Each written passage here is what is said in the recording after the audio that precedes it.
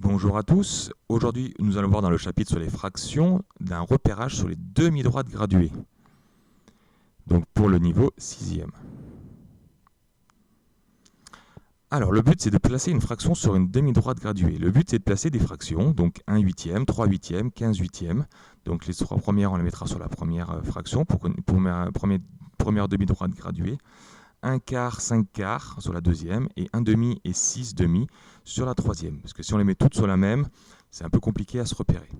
Sachant qu'elles ne sont pas sous le même dénominateur, elles n'ont pas le même dénominateur. Donc ici, on va commencer par faire 1 huitième, 3 huitièmes et 15 huitièmes sur la première demi-droite graduée. Donc une demi-droite graduée, donc c'est une demi-droite qui part de 0 et qui a une flèche vers la droite et qui va jusqu'à l'infini. Et on y met des graduations. Donc ici, les graduations ont été faites donc de 1, 2, 3, etc. Et chaque petite graduation a été coupée en 8 parts. Donc ici, ça va nous aider. Donc on voit très bien que ça, c'est notre unité. Donc ça veut dire que, comme ça a été coupé en 8, on a 8 parts. Donc on peut dire que si on veut une part sur les 8, eh ben 1 huitième, c'est ça. 1 huitième. On a une part sur les 8, donc c'est ce que j'ai pris, 1 huitième. Tout ce qui est à côté, c'est 2 huitièmes. Et ce qui est encore à côté, donc 1 huitième, 2 huitièmes, 3 huitièmes. On est là. Alors ensuite, on a 4 huitièmes, 5 huitièmes, 6 huitièmes, 7 huitièmes, 8 huitièmes. Bah oui, 8 huitièmes. Si vous prenez les 8 parts du gâteau coupées en 8, vous avez pris tout le gâteau. Donc pour faire 15 huitièmes, il faut un gâteau supplémentaire. Donc on continue. Donc ça nous fait 8, 9 huitièmes, 10 huitièmes, 11, 12, 13, 14, 15 huitièmes. 15 huitièmes, c'est ici. On pourrait continuer également, 16 huitièmes, qui fait 2 gâteaux, etc.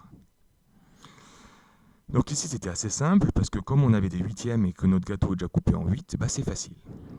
On va se faire maintenant un quart. Donc mon gâteau qui est coupé en 8, il faut que je prenne un quart. Donc je vois que j'ai bien 8 parts comme tout à l'heure.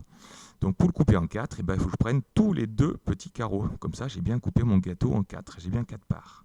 Donc comme ça, j'ai donc tout ça qui correspond à un quart. Donc ça, c'est un quart.